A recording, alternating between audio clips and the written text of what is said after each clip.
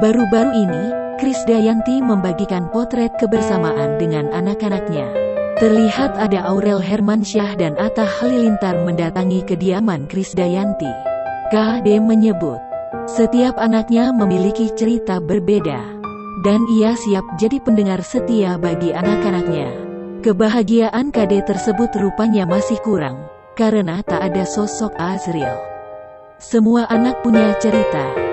Menjadi pendengar dan teman gurau mereka, menyenangkan. Jill di mana ya? Tulis Krisdayanti.